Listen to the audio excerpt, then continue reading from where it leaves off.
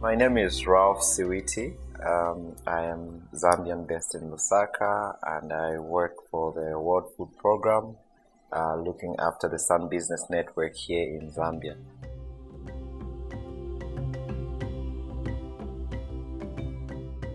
We offer tools and services. For instance, I'll give you an example. One of the first things we did when we came with the Sun Business Network in its early stages, we discovered that to get certification from the Bureau of Standards, there were so many steps and processes, and a lot of the companies didn't know these steps. So what we did is we talked to the local Bureau of Standards. We call it Zambia Bureau of Standards, or ZABS for short.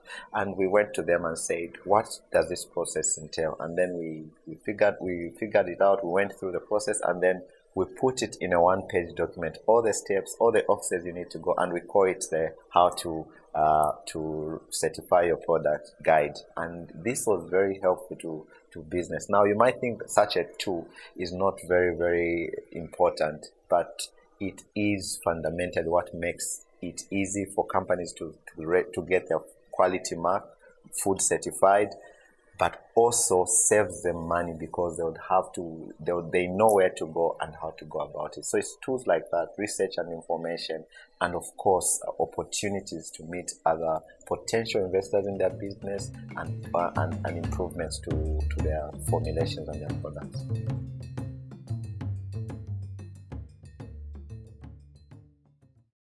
The first phase of the Sun movement was around bringing everybody together, coordinating efforts, bring everybody together to actually rally towards action in nutrition. The second phase is around tangible result or evidence-based activity or action. It's no longer about reporting the numbers of people who have joined the network. It's about what are they really doing to impact nutrition. And it's exciting for me as a Sun Business Network. We've also coincidentally come to the end of our first wave of funding, which is going to happen at the end of this year. And going into the next phase, we're looking at what are the things that we're going to do together with business to actually make a difference in nutrition, not only in Zambia, but also in Africa.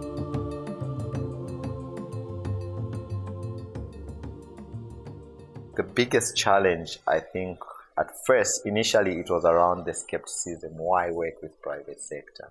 Why would we spend time with private sector? In fact, private sector causes problems, or private sector should bring money. And we had to bring all the stakeholders together and say, we really need private sector in this role. There are things that we can do as development role, but there are things that private sector has to do.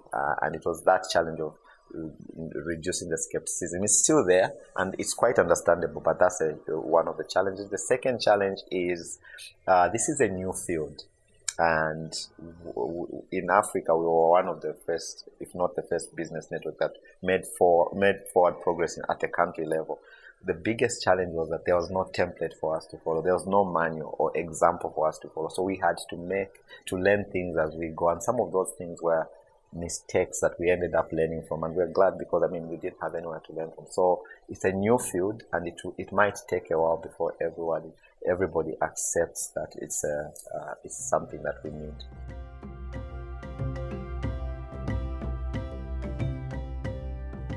Oh, we are like brothers and sisters.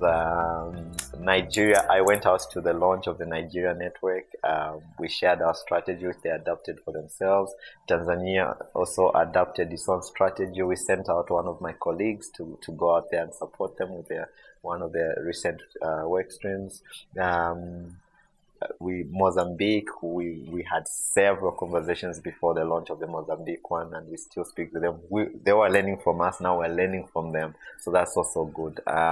We've also spoken to some of the business networks in as far as Asia, the Pakistani business network, which is still yet to take off, and as well as I think some colleagues from Indonesia and Bangladesh. So pretty close. I think now that the focus is on country networks rather than at a global scale, the proximity and the closeness is there, and we have country calls all the time and easy to reach each other on email, so we communicate much more than we ever did. When you talk about non-communicable diseases and obesity or overnutrition, people want to tell you, no, we need to deal with stunting first before we can get there. And my point is, you can't wait for it to become on the level of stunting before you can deal with non-communicable diseases. And in Zambia, the statistics are there. The levels of diabetes have just shot up. It's because of the consumption patterns and the lifestyle diseases. Zambia is now a lower middle income nation, so people can afford, a certain level of people now can afford more, have extra disposable income. So one of the ways we're dealing with that is that we went back to our donors and said, this also needs to be part of our strategy and of the work we're doing. Can you at least allow us to work in this space? And the donor said, yes, go ahead. And we are right now working with the National Food and Nutrition Commission to get to look at policies and interventions that can help or reduce non-communicable diseases through the private sector.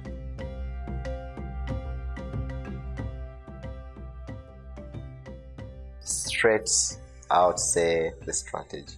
The strategy, I think in anything, you set goals and then you plan how you're going to achieve those goals. The way we developed the strategy is we went to business and asked, what sort of platform would you like to be part of?